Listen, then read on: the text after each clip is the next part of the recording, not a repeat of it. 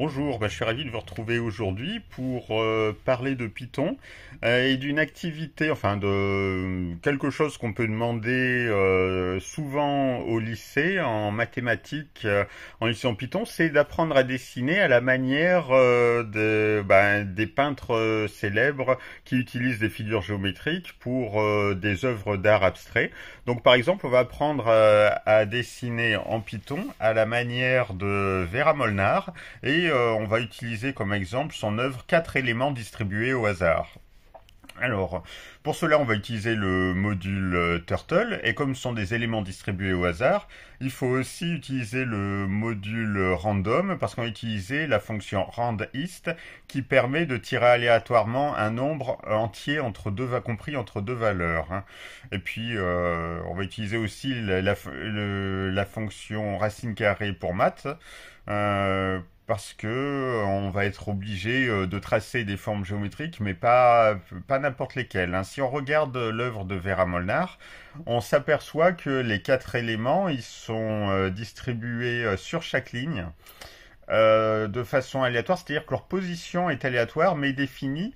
Il y a 8 positions possibles en fait. Si on regarde bien l'œuvre, en fait, les traits ils sont dessinés dans un carré et en fait, c'est soit un des côtés du carré, donc côté droit, côté gauche, côté haut, côté bas, soit les diagonales, soit carrément les axes de symétrie, hein, qui passent par le milieu du carré. Voilà, donc on a ces huit traits possibles, 8 segments possibles. Donc moi, je s'appelle 8 positions pour chaque élément. Donc, et c'est ce qu'il va falloir coder d'abord. Il va falloir créer, alors moi j'ai appelé trace, hein, une fonction trace, qui permet justement de tracer le segment selon une de ces 8 positions. Alors je me suis pas cassé la tête, hein. J'ai fait trace. Alors en paramètres j'ai mis n, x, y et e. E l'épaisseur du trait. Hein, parce que si on regarde l'œuvre de Vera Molnar, c'est assez épais. Donc moi je l'ai mis par défaut à 5, mais si on veut faire plus grand ou plus petit, il n'y a pas de souci, on peut. Donc je l'ai mis en paramètres. Du coup, on n'oublie pas de faire pen size de l'épaisseur, hein, pour dire que tous les tracés doivent être de cette épaisseur-là. Et puis, on n'oublie pas de... Alors, X et Y, ça va être la position du carré dans lequel on va tracer l'élément, quoi, si on veut. Voilà, donc du coup, j'ai défini les 8 positions. Donc moi, j'ai fait des if selon les valeurs de n, parce que n, du coup, ça sera le résultat du nombre aléatoire. Mais comme j'ai 8 positions, je vais lui demander un nombre compris entre 1 et 8, par exemple. Et chaque nombre va correspondre à une position particulière. Donc je l'ai défini dans la fonction trace. Par exemple, si on veut faire le côté gauche, par exemple, il suffit de faire left 90, forward 40. Ah oui, parce que moi j'ai décidé de les dessiner dans des carrés de côté 40.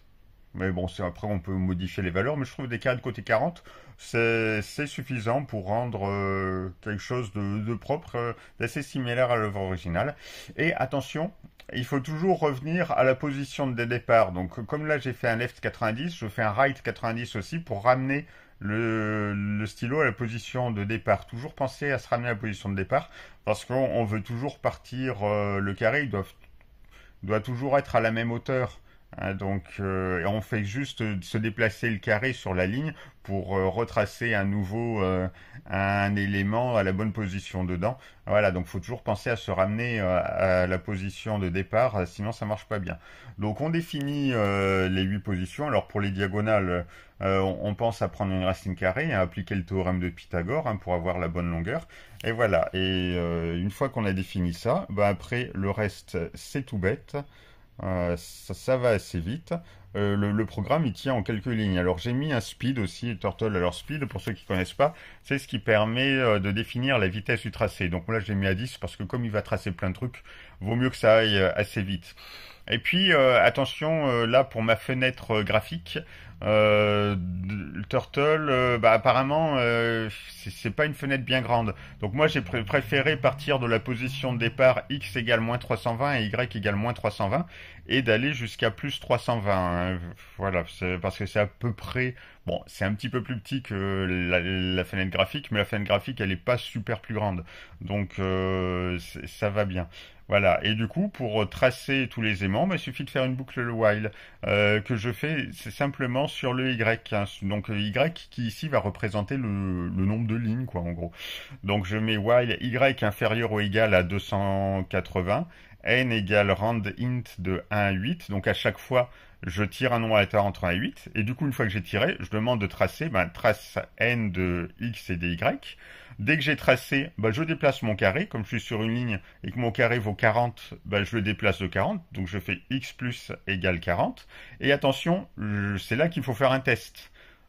Si j'arrive au bout de la ligne, qu'est-ce qui se passe? Donc je teste, est-ce que j'arrive au bout de la ligne? Donc if x égale 320, égale 320, bah je me remets à l'autre bout de la ligne. Donc je remets x égale moins 320 et je monte à la ligne du dessus. Donc je fais y plus égale 40 et c'est fini. J'ai plus qu'à faire ça et quand je lance le programme, il s'exécute et il obtient ben, les deux exemples que je vous montre qui sont vraiment tout à fait dans le style de l'œuvre originale.